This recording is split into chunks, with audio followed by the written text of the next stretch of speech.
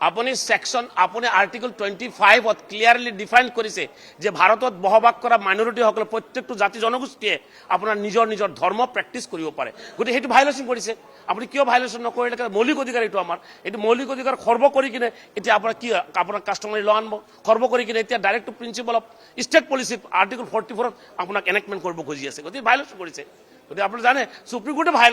কোৰ্টক violation কৰা হৈছে supreme কোৰ্টে clearly কৈছে যে যদি কোনবা স্টেটে আপোনাৰ আৰ্টিকল 44 আধাৰত আইন যদি প্ৰণয়ন কৰিব খুজিছে তেতিয়া চাব লাগিব কাৰবাৰ মৌলিক অধিকাৰ খৰ্ব কৰা হৈছে নেকি আৰু অলৰেডি সুপ্ৰিম কোৰ্টে কেইবাবাৰো এই কথা ক্লিয়াৰ আৰু কেইবাটা জাজমেন্ট দিছে যে আপোনাৰ fundamental rights can not be sacrificed in the name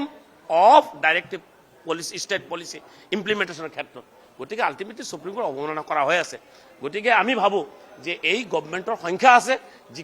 কাম কৰিব পাৰে সংবিধান নামানে সংবিধানৰ বিৰুদ্ধে কামবিলাক কৰি আছে আমাৰ লাষ্ট দাবী হল যে মুছলমান জাতিকো এই আইন যেহেতু আইন পাছ কৰিব আপোনালোকে মুছলমান জাতিক আপোনাৰ এই আইনৰ বাহিৰত ৰাখিব লাগে এই অসম চৰকাৰে বিধানসভাৰ মজিয়াত ডিসকাশনৰ কাৰণে ইউসিসিৰ ওপৰত ডিসকাশনৰ কাৰণে সময় দিছিলে আৰু এই ডিসকাশনত মই ভাগ লৈছিলো আমাৰ দলৰ তৰফৰ পৰা ভাগ লৈছিলো কিন্তু এটা কথা খুব দুখেৰে ক'ব লাগিব যে আজি অসম চৰকাৰে 102খন সিট পোৱাৰ কাৰণে সংখ্যাগৰিষ্ঠতা বিধানসভাৰ মজিয়াত থকাৰ কাৰণে আৰু বিৰোধী বা অসমৰ যিসকল মাইনৰিটি পিপল আছে তেখেতসকলৰ ৰাইটস ফান্ডামেন্টাল ৰাইটস এইবিলাক ভায়োলেশন কৰি আজি ইউসিসি আনিবৰ কাৰণে চেষ্টা কৰি আছে আৰু সম্ভৱতঃ এইটো পাছ হ'ব কাৰণ যেহেতু সংখ্যা আছে কিন্তু আমি ইয়াৰ তীব্ৰ বিৰোধ কৰিছো তীব্ৰ বিৰোধ কৰাৰ কেইবাটাও কাৰণ আছে আপোনালোকে জানে যে আজি যিকেইটা আধাৰ লৈ ইউসিসিখন আনিব খুজি আছে তাৰ ভিতৰত নাম্বাৰ 1 দিছে তেখেত বাল্য বিবাহ প্ৰতিৰোধ কৰাৰ কাৰণে নেক্সট দিছে আপোনাৰ যে আপোনাৰ বহু বিবাহ প্ৰতিৰোধ কৰাৰ কাৰণে আপোনাৰ লিভ ইন ৰিলেশ্যনৰ কথা উল্লেখ কৰিছে এইবিলাক কাৰণ দেখাই কিনে আৰু আৰ্টিকল 44 অফ ইণ্ডিয়ান কনষ্টিটিউশ্যন য'ত নেকি ডাইৰেক্টিভ প্ৰিন্সিপল অফ ষ্টেট পলিচিৰ কথাটো উল্লেখ কৰা হৈছে এইটো আধাৰ লৈ কিনে তেখেতসকলে এই আইনখন বলবৎ কৰিব গৈ আছে এই চৰকাৰে বলবৎ কৰিব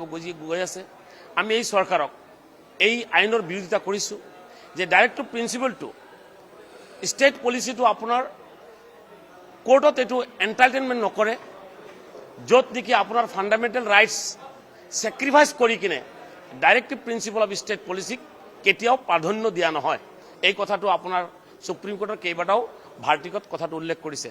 তেখেতসকলে কিন্তু এইবিলাক কথা মই সদা বিধানসভাৰ মজিয়াত উপস্থাপন কৰিলো তেখেতসকলে এইবিলাক কথা গুৰুত্ব নিদিয়ে তেখেতসকলৰ মেজৰিটি আছে সঁচাকৈ এটা কথা ক'ব লাগিব যে এই আইনখন আনাৰ মূল উদ্দেশ্যটো হৈছে তেখেতসকলৰ মূল উদ্দেশ্য হৈছে যে কেনেকৈ মুছলমান মানুহখিনিক সেন্টিমেন্টত আঘাত হানিব পাৰি ভাৰতৰ সংবিধানে আৰ্টিকল 25 26 আৰু 29ত ক্লিয়াৰলি মেনশন কৰা আছে যে right to religion right to আপোনাৰ culture right to practise own religion এইবিলাক কথা ক্লিয়াৰলি আপোনাৰ ষ্টেট কৰা আছে মেনশন কৰা আছে এই কথাখিনি আমাৰ যেহেতু ভাৰতীয় সংবিধানে আমাক মৌলিক অধিকাৰ হিচাপে আমাৰ মাইনৰিটি মানুহক এনজয় কৰাৰ কাৰণে দিছে কিন্তু এই আইনখন আনি আমাৰ এই মৌলিক অধিকাৰৰ পৰা বঞ্চিত কৰিব খুজি আছে য'ত নেকি সুপ্ৰিম কোৰ্টে ক্লিয়াৰলি আপোনাৰ এই এটা কথা উল্লেখ কৰিছে সুপ্ৰিম কোৰ্টে কেইবাটা জাজমেন্টত কৈছে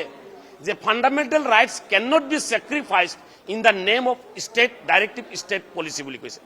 গতিকে আলটিমেটলি দেখা পাইছো যে আমাৰ যিবিলাক ৰাইটস আছে এই চৰকাৰে এই বিজেপি চৰকাৰে ফেসিষ্ট চৰকাৰে আমাৰ ৰাইটসবিলাক দিনে দিনে খৰ্ব কৰাৰ কাৰণে প্ৰয়াস আৰু চেষ্টা কৰি আছে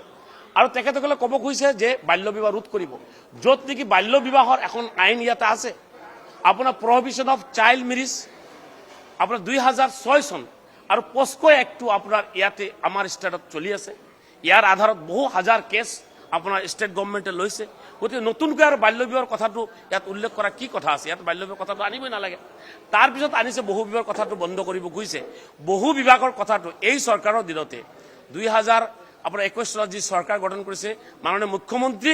হিমন্ত বিশ্ব চৰকাৰ থকাৰ সময়তে তেতিয়া এখন আইন পাছ কৰিছিলে আপোনালোকে সকলোৱে জানে যে সেই আইনটো আছিলে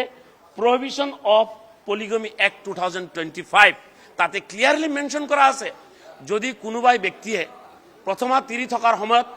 এজনী স্ত্ৰী থকাৰ সময়ত যদি দ্বিতীয় বিবাহ কৰাৰ কাৰণে চেষ্টা কৰে বা দ্বিতীয় বিবাহ কৰে তেতিয়া তাক 7 বছৰৰ কাৰণে কাৰাদণ্ড বিহাৰ সুবিধা আছে বা তাতে আইন আছে, বিধি আছে। কিন্তু আকৌ আপোনাৰ এই আইনখন আনাৰ কি উদ্দেশ্য? একো উদ্দেশ্য নাই। আৰু আপোনালোকে জানে যে মুছলমান মাত্ৰ মুছলিম নহয়, প্ৰত্যেকটো জাতি জনগোষ্ঠীৰ এখনকৈ আপোনাৰ কাষ্টমাৰী ল আছে, আপোনাৰ পাৰ্চনেল ল আছে, যেনেকৈ আপোনাৰ মুছলিম পাৰ্চনেল ল আছে। আমি আমাৰ ধৰ্ম এনজয় কৰি আছো, সংবিধানে দিয়া ৰাইট আমি এনজয় কৰি আছো, আৰু আমাৰ এই পাৰ্চনেল লৰ আধাৰত আমি চলিব লাগিব। কিন্তু এই পাৰ্চনেল লখন আপোনাৰ কি কৰিছে, এতিয়া ভায়োলেট কৰিব গৈ আছে এই চৰকাৰে। গতিকে এই ফেচিষ্ট চৰকাৰে যিবিলাক কাম কৰি আছে, ভাল কাম কৰা নাই। মই এটা কথা লাষ্টলি আমাৰ মাননীয় মুখ্যমন্ত্ৰী আৰু স্পীকাৰক এটা অনুৰোধ কৰিছো যে আপোনালোকে আইনখন পাছ কৰিব। যিহেতু আমি নোৱাৰিম, বলে নোৱাৰিমগৈ, সংখ্যাই আপোনালোকে কৰি আছে। আচলতে সংখ্যাটো মেটাৰ নকৰে। বিৰোধীয়ে কি কথা কৈছে, সংবিধানৰ মতে আপোনাৰ আইন পাছ কৰিব লাগে। এটা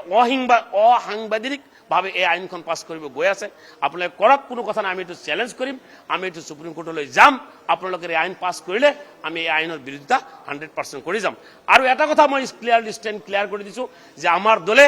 আমি কোনোদিনে আপোনাৰ UCCক আমি ছাপোৰ্ট নকৰোঁ। আৰু যদি আপোনালোকে UCC প্ৰণয়ন কৰিব খুজি আছে, UCC আইনত পৰিণত কৰিব খুজি আছে, তেতিয়াহ'লে যেনেকৈ আপোনালোকে আদিবাসী আপোনাৰ 6 শিডিউলৰ মানুহখিনিক যেনেকৈ ৰাইজখিনিক বাদ দিয়া হৈছে, জনগোষ্ঠীক বাদ দিয়া হৈছে, ঠিক তেনেকৈ মুছলমান জনগোষ্ঠীকো আপোনালোকে বাদ দিব লাগে বুলি মই এটা দাবী তাতে উপস্থাপন কৰিছোঁ।